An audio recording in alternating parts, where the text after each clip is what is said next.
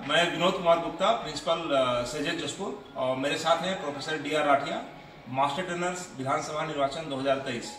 आज हम आप लोगों के हेल्प के लिए ईवीएम वीवीपैट मशीन का उपयोग हम विधानसभा निर्वाचन 2023 में कैसे करने वाले हैं उसके बारे में विस्तार से बताने वाले हैं। सामग्री वितरण स्थल पे पहुंचकर सबसे पहले सामग्री प्राप्त किया जाएगा। सामग्री में सीयू, बीयू और वीवीपैट की पेटी होती है, एक प्रशिक्षण का किट होता है और प्रकोष्ठ के लिए सामग्री प्राप्त होती है। पोलिंग पार्टी सबसे पहले सामग्री प्राप्त करते ही उनको अपने मतदान केंद्र की सामग्री मिली है या नहीं, इसको मिलान करने के लिए मशीन पर लगे एड्रेस टैग में देखेंगे कि मतदान केंद्र सही है या नहीं।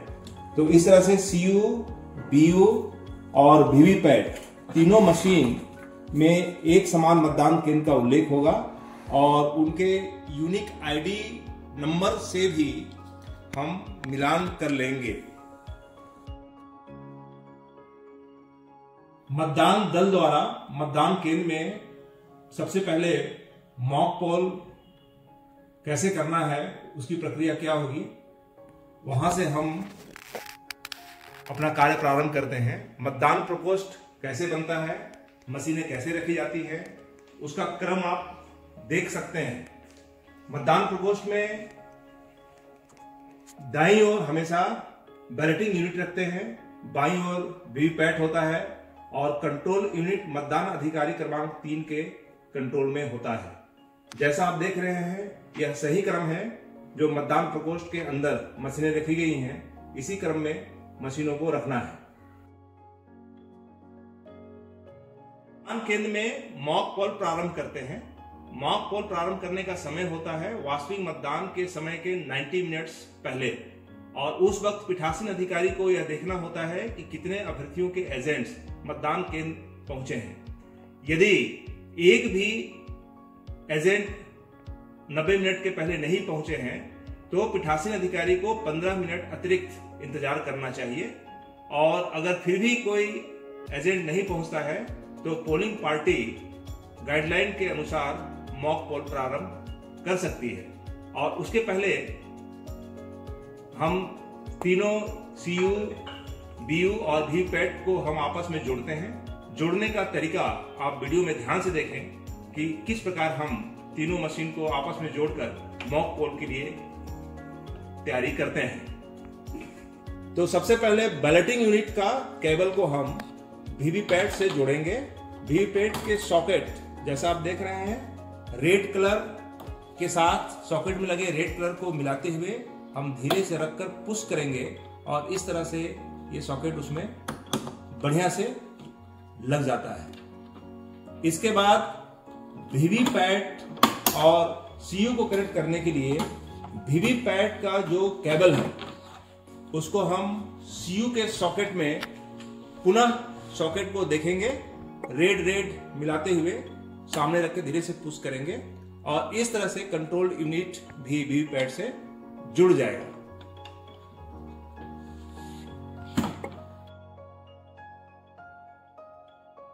हमने देखा कि तीनों मशीनों को आपस में जोड़ दी गई है।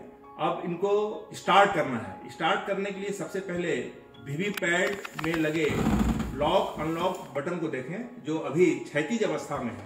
अभी ये लॉक पोजीशन पे है। इसको अनलॉक करने के लिए हम वर्टिकल करेंगे।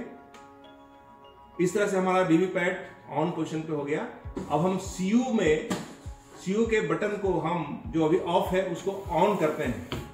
जैसे ही हम सीयू ऑन करेंगे एक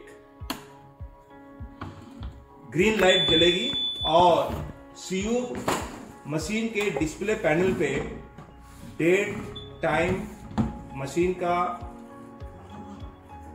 यूनिक आईडी और बैटरी का पोजीशन स्टेटस आएगा और साथ ही साथ वीवीपैट में 7 पर्ची कट कर गिरती है।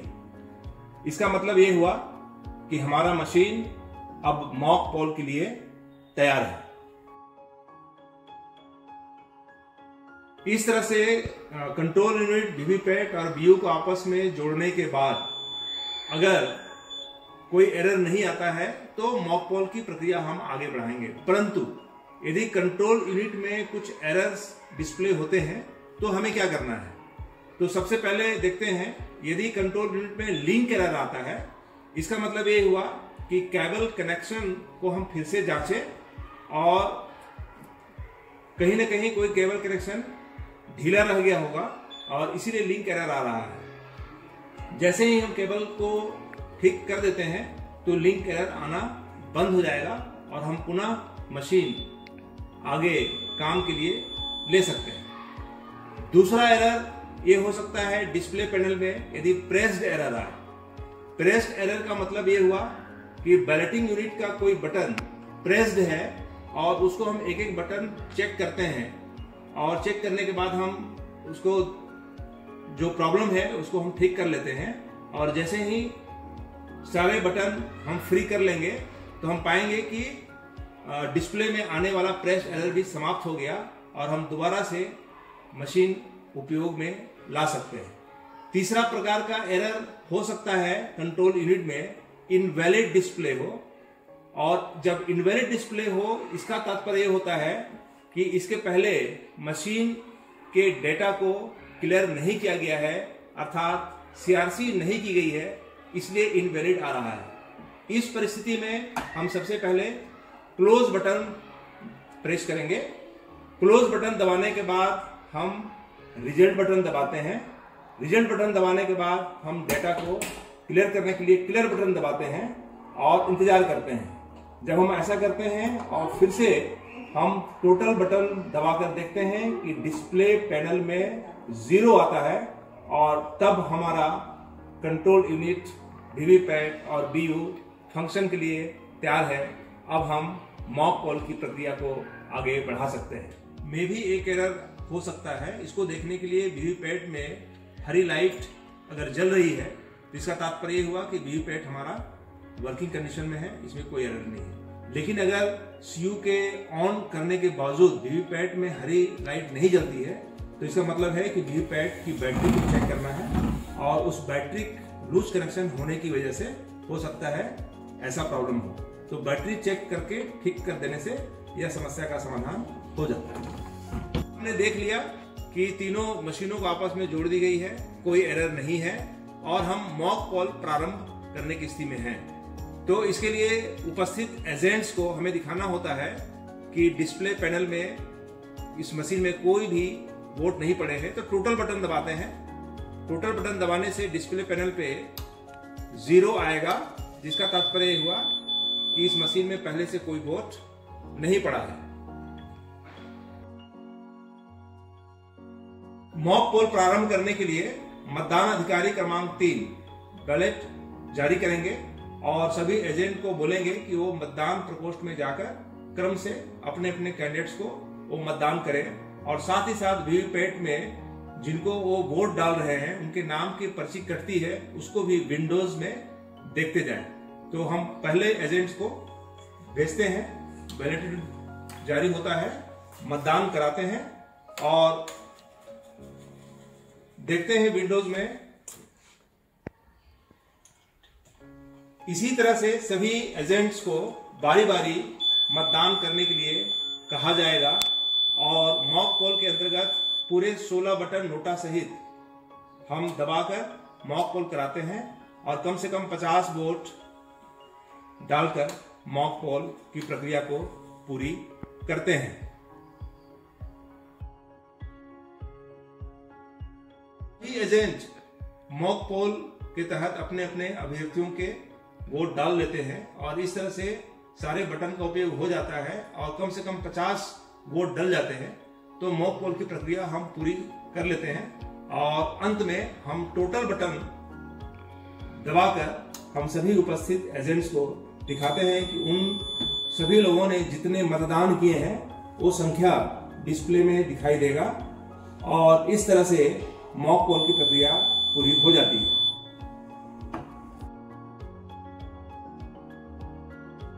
मॉक पोल समाप्त करने की प्रक्रिया जैसा कि हम बताए कि पहले टोटल बटन दबाकर डिस्प्ले में दिखा देते हैं, फिर क्लोज बटन दबा देते हैं और इस तरह से मॉक पोल की प्रक्रिया को हम बंद करते हैं। डिस्प्ले पैनल में क्लोजिंग आएगा और उसमें जितने वोट पड़े हैं पूरा डिटेल्स दिखाई देता है। बटन के बाद बैलेट बटन को दबाकर सभी एजेंट्स को दिखाना चाहिए कि अब और कोई मतदान नहीं की जा सकती है।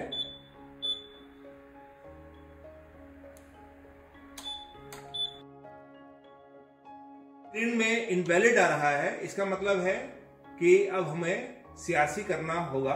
क्लोज बटन ऑलरेडी दबा लिए हैं तो अब हमको रिजल्ट बटन दबाकर हम दिखाते हैं सभी एजेंट्स को कि प्रत्येक कैंडिडेट्स को कितने कितने मत पड़े हैं और ये एजेंट को भी पता होगा कि उन लोगों ने कितने कितने वोट डाले हैं। इस तरह से रिजल्ट बटन दबाने के बाद अब क्लियर करना पड़ेगा। जितने भी पोल्ड डेटा है उसको क्लियर करने के लिए क्लियर बटन दबाते हैं। जैसा कि आप डिस्प्ले में देख रहे हैं, मतदान किए हुए सारे मत को मशीन डिलीट कर रहा है और इस प्रोसेस के कंप्लीट होते ही पूरे मशीन में एक भी वोट नहीं रह जाएगा और सारे वोट अब डिलीट हो जाएंगे। अब सभी एजेंट्स को यह प्रदर्शित करना कि इस मशीन में कोई भी वोट नहीं है। टोटल बटन हम दबाते हैं और सीयू के स्क्रीन में टोटल बटन दबाने के बाद 0 वोट दिखाई देगा, उसको हमको प्रदर्शित करना है। और इस आशय की टिप्पणी मतदान अधिकारी क्रमांक 2 अपने मतदाता रजिस्टर 17 क में सबसे पहले ऊपर की लाइन में करेंगे और सभी एजेंट को दिखाएंगे। इसके बाद हम कंट्रोल यूनिट का स्विच ऑफ करते हैं और वीवीपैट का स्विच को पुनः क्षैतिज करके लॉक करते हैं और सीयू का केबल को डिस्कनेक्ट कर देते हैं। और इसके बाद हम अब वास्तविक मतदान के लिए मशीनों को सील करेंगे और सीलिंग की प्रक्रिया आरंभ करते हैं। कंट्रोल यूनिट को सील करेंगे और सीलिंग की प्रोसेस में सबसे पहले रिजल्ट सेक्शन के ढक्कन को हटाएंगे। जैसा कि आप देख रहे हैं ग्रीन पेपर सील है, इसके ऊपर आप देखेंगे 2 कलर के स्पॉट्स बने हैं जिसको हम रिजल्ट सेक्शन के विंडोज के नीचे हम इस प्रकार इंसर्ट करते हैं, जिसे हरी जो पट्टी है वो नीचे रहती है और इस प्रकार जैसे देख रहे हैं रिजल्ट के सामने हरे रंग का जो गोलाकार डब्बा बना है और नीचे आप देख रहे हैं गुलाबी कलर का स्पॉट है। ग्रीन पेपर को लगाने के बाद हम स्पेशल टैग से इसको सील करते हैं। आप स्पेशल टैग को सील करने के लिए धागे से दोनों छिद्र को मिलाते हुए हम उस गांठ बांधकर हम तैयार करते हैं। फिर स्पेशल टैग जिसमें पहले से उपस्थित एजेंट्स के और पीठासीन अधिकारी के हस्ताक्षर किया हुआ रहेगा। स्पेशल टैग को धागे के साथ सील करने के लिए हम चपड़े का भी उपयोग करते हैं और इस तरह से हम स्पेशल टैग को चपड़े लगाकर हम धागे के साथ अटैच करके स्पेशल टैग को निर्धारित स्थल पे हम बढ़िया से बैठा देते हैं और इस तरह से हमारा पूरा रिजल्ट सेक्शन सील हो जाता है। ऊपर के कवर को हम वापस उसके निर्धारित स्थल पे हम जमाते हैं और उसको थोड़ा सा प्रेस करेंगे और इस तरह से ये पूरा लॉक हो जाएगा। अब हम इसके बाहर 2 छिद्र बने होते हैं जिसमें हम एड्रेस टैग को लगाकर हम इसको सील चपड़े से फाइनली सील करते हैं। अब इस सेक्शन का कोई कार्य नहीं है, दोबारा इसको मतगणना के समय ही खोला जाना है। सेक्शन का बाहरी भाग में भी एड्रेस टैग हमने लगा दिया है और पूरी तरह से सील कर दी गई है। अब ग्रीन पेपर सील के जो दो छोर दिखाई दे रहे हैं, इसमें ऊपर वैक्स वाले पेपर को हटाते हुए जिसमें ए लिखा है उसको ऊपर से कवर के ऊपर हम चिपकाएंगे और नीचे वाले वैक्स पेपर को हटाकर उसके ऊपर जिसमें बी लिखा हुआ है उसके ऊपर हम चिपकाएंगे। इस तरह से पूरा कंट्रोल यूनिट की सीलिंग की प्रक्रिया पूर्ण होती है। अब हमारा यह सीयू वास्तविक मतदान करने के लिए तैयार है।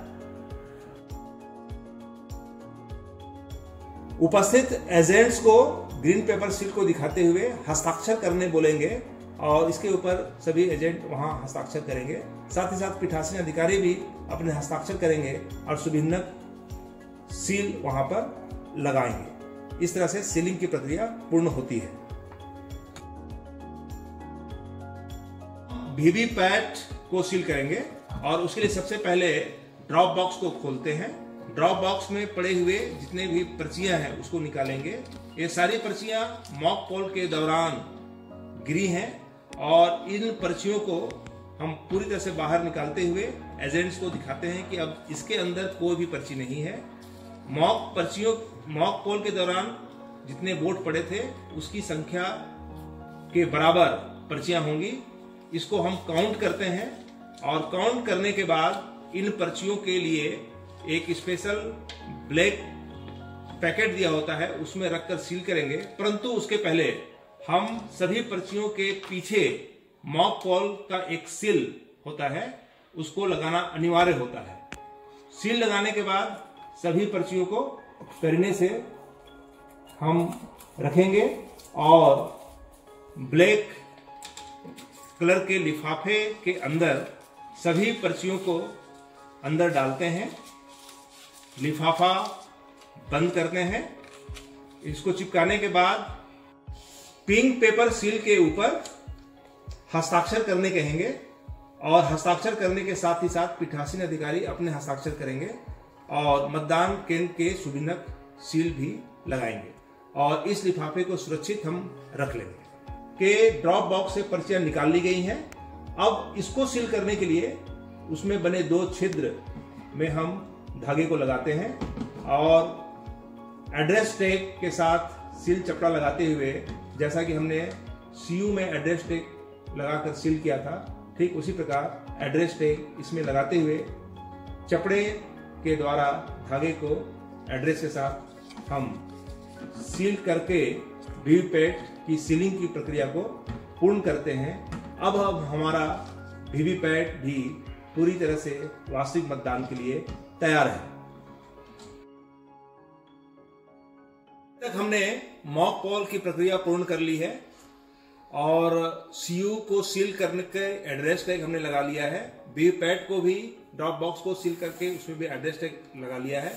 अब हमारा मतदान, वास्तविक मतदान करने का समय आ गया है। इस वक्त पीठासीन अधिकारी को यह देखना चाहिए कि वास्तविक मतदान के लिए जो निर्धारित समय है उस समय के पहले यदि मॉक पोल या बाकी चीजें कंप्लीट हो गई हैं तो वास्तविक समय का इंतजार करें, अन्यथा वास्तविक मतदान के लिए हम प्रक्रिया को आगे बढ़ाएं। और उसके लिए सबसे पहले हम वीवीपैट के केबल को सीयू में कनेक्ट करेंगे, जैसा कि आप वीडियो में देख रहे हैं। पुनः लाल वाले साइड को लाल साइड के साथ हम कनेक्ट करते हुए बढ़िया से सॉकेट को बढ़ाएंगे और उसके बाद वीवीपैट के लॉक अनलॉक स्विच को हम वर्टिकल पोजीशन पे लाते हुए उसको अनलॉक करते हैं और उसके बाद कंट्रोल यूनिट का स्विच ऑन करेंगे ताकि हमारा ईवीएम मतदान करने के लिए तैयार हो जाएगा। तो जैसा कि आप वीडियो में देख रहे हैं, जैसे ही हम सीयू का स्विच ऑन करते हैं सीयू में ग्रीन लाइट जलेगी, वीवीपैट में भी ग्रीन लाइट जलेगी और इस तरह से 7 पर्ची वीवीपैट में कटकर गिरती है। जो टेस्टिंग पर्ची होती है इसको हम ऑब्जर्व करेंगे और अगर इस तरह से जैसा कि आप वीडियो में देख रहे हैं चीजें घटित होंगी, इसका मतलब ये होता है कि हमारा ईवीएम मशीन आपस में ठीक से जुड़ गए हैं और अब हम वास्तविक मतदान के लिए पूरी तरह तैयार हैं। अब वास्तविक मतदान प्रारंभ करने के पहले एक और जरूरी काम करना होता है। जैसे ही हम मॉक पोल समाप्त करते हैं, सीलिंग की प्रक्रिया हो जाती है, तो मॉक पोल का एक सर्टिफिकेट बनाना होता है, जिसके लिए हमारे पास निर्धारित प्रारूप में हमें एक प्रपत्र प्राप्त हुआ है। उसमें मॉक पोल कंप्लीट होने का प्रमाण पत्र बनाने के साथ साथ हम मॉक पोल का समय जब हमारा समाप्त हुआ है वो भी हम नोट करते हैं और उस सर्टिफिकेट में उपस्थित सभी एजेंट्स के हस्ताक्षर कराते हैं और इस मॉक पोल सर्टिफिकेट को हम सेक्टर ऑफिसर्स को भी रिपोर्ट हमें करना होता है और इसकी एक प्रति हम अपने पास सुरक्षित रखेंगे। अब हम वास्तविक मतदान के लिए मतदान केंद्र के बाहर जो मतदाता खड़े हैं उनमें से पहले मतदाता को अंदर बुलाएंगे और मतदान अधिकारी क्रमांक 1 सबसे पहले उस मतदाता का पहचान पत्र देखकर उसका पहचान स्थापित करता है और मतदाता सूची में देखता है कि उस मतदाता का नाम उसके द्वारा अगर कोई पर्ची लाई गई है तो उस सीरियल क्रमांक में है अथवा नहीं। जब मतदान अधिकारी क्रमांक 1 पूरी तरह से आश्वस्त हो जाता है कि उसके द्वारा जो परिचय पत्र लाया गया है और मतदाता में उसके फोटो के साथ जो परिचय है वो सही है, तो उसको मतदान के लिए आगे प्रोसेस में लाता है। मतदाता सूची में चिन्हित करने के उपरांत अब उसको मतदान अधिकारी क्रमांक 2 के पास भेजता है। मतदान अधिकारी क्रमांक 2 सबसे पहले अमीट स्याही लगाने के लिए मतदाता के बाएं हाथ की तर्जनी में अमीट स्याही लगाता है। अमीट स्याही लगाने का तरीका उसके बाएं हाथ की तर्जनी में नाखून और उंगली के बीच मध्य में एक लकीर खींची जाती है और फिर मतदाता रजिस्टर 17 क में उस मतदाता का सीरियल क्रमांक लिखा जाता है। उस मतदाता का परिचय पत्र यदि इपिक है तो इपिक लिखा जाता है और उसका हस्ताक्षर कराया जाता है। मतदाता को यह समझाइश दी जाती है कि हस्ताक्षर में कुछ ऐसा लिखे जिससे उसका नाम सत्यापित हो और ऐसा करने के बाद मतदाता को एक पर्ची दी जाती है जिसमें उसका सीरियल क्रमांक का उल्लेख होता है और उसको मतदान अधिकारी क्रमांक 3 के पास भेजा जाता है।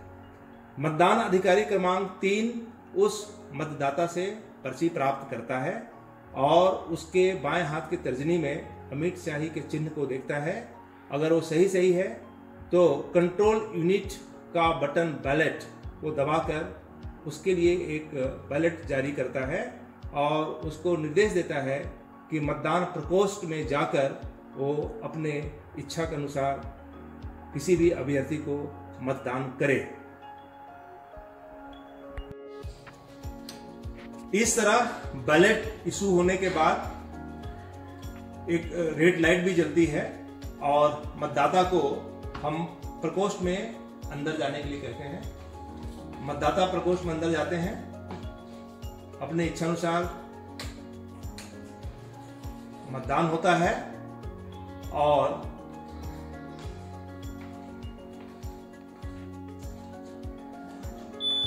एक बीप की आवाज आती है जो इस बात का संकेत होता है कि मतदान हो चुका। तो इस तरह से हम बारी बारी एक एक मतदाता को बुलाते हैं और इसी प्रक्रिया को हम दोहराते हुए पूरे मतदान की प्रक्रिया को हम आगे लेकर जाते हैं। मतदान की प्रक्रिया को आगे बढ़ाएंगे हम और प्रत्येक 2 घंटे में कुल मतदान प्रतिशत और कितने महिला पुरुष मतदान किए हैं उसकी जानकारी सेक्टर ऑफिसर्स को देना होता है। तो इसको देने के लिए पहला 2 घंटा जो अगर 7 बजे से वास्तविक मतदान प्रारंभ होता है तो 9 बजे हम ठीक टोटल बटन को दबाते हैं। टोटल बटन को दबाने के बाद कंट्रोल यूनिट में डिस्प्ले होगा, उस वक्त कितने मतदान हुए हैं उसको नोट करेंगे और इस संख्या को मतदाता रजिस्टर 17 क से मिलान करेंगे और हम इसकी रिपोर्ट सेक्टर ऑफिसर्स को देंगे। ठीक इसी प्रक्रिया को अगले 2 घंटे अर्थात 11 बजे और फिर 1 बजे, 3 बजे और अंतिम 5 बजे हम टोटल बटन को दबाकर 17 क रजिस्टर में मतदाताओं की संख्या से मिलान करते हुए हम 2-2 घंटे की रिपोर्ट बनाएंगे और इसकी रिपोर्टिंग सेक्टर ऑफिसर्स को करेंगे। तो 5 बजे के बाद की स्थिति में अगर मतदाता रहते हैं तो उनको भी हम मतदान करने के लिए मतदान केंद्र में बुलाते हैं। इस तरह से मतदान केंद्र में उपस्थित सभी मतदाताओं का मतदान कराने के बाद अंतिम मतदाता जो मतदान करने आता है उस मतदाता का नाम मतदाता रजिस्टर 17 क में अंतिम लाइन में हम लिखते हैं, उसका सरल क्रमांक लिखते हैं और उसके नाम के नीचे लाल स्याही के पेन से एक लकीर खींचते हैं और उसमें सभी एजेंट्स के दस्तखत करने बोलते हैं। पीठासीन अधिकारी अपने हस्ताक्षर करेंगे, शुभचिन्ह चिन्ह लगाएंगे और हम मतदान की प्रक्रिया को पूर्ण करते हैं। उस समय हम टोटल बटन दबाकर सभी एजेंट्स को यह दिखा देते हैं कि कंट्रोल यूनिट में कुल कितने मत पड़े हैं, जो कंट्रोल यूनिट के डिस्प्ले पैनल पे दिखाई देगा।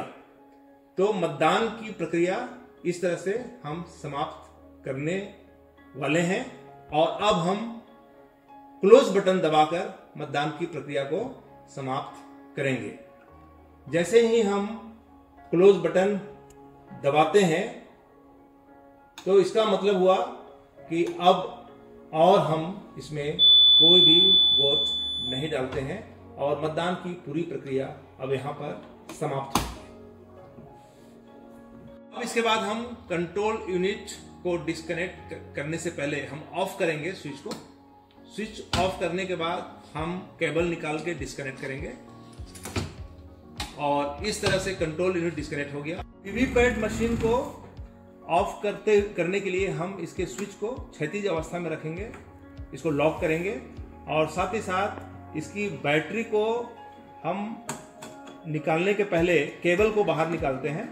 केबल निकालने के बाद इसकी बैटरी को अनिवार्य रूप से हम निकाल देते हैं। सभी पीठासीन अधिकारी इस बात का ध्यान रखेंगे कि मतदान समाप्ति के बाद वीवीपैट का बैटरी इस प्रकार से हम बाहर निकालेंगे और अब हम तीनों मशीन को पृथक पृथक कर लिए हैं।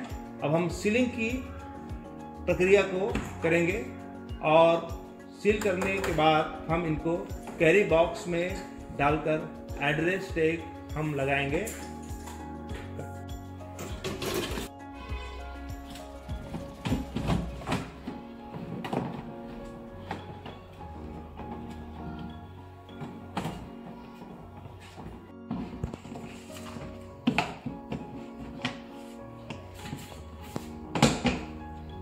अब कैरी बॉक्स में सीयू को बीयू को वीवीपैट रखने के बाद हम, जैसा कि वीडियो आप देख रहे हैं, एड्रेस टैग जो पहले से एड्रेस टैग के विवरण लिखे गए हैं उसको निर्धारित छिद्रों में हम रस्सी बांधते हुए एड्रेस टैग को लगाएंगे और उसके बाद हम सील चपड़े से भी इसको बढ़िया ढंग से सील कर देते हैं।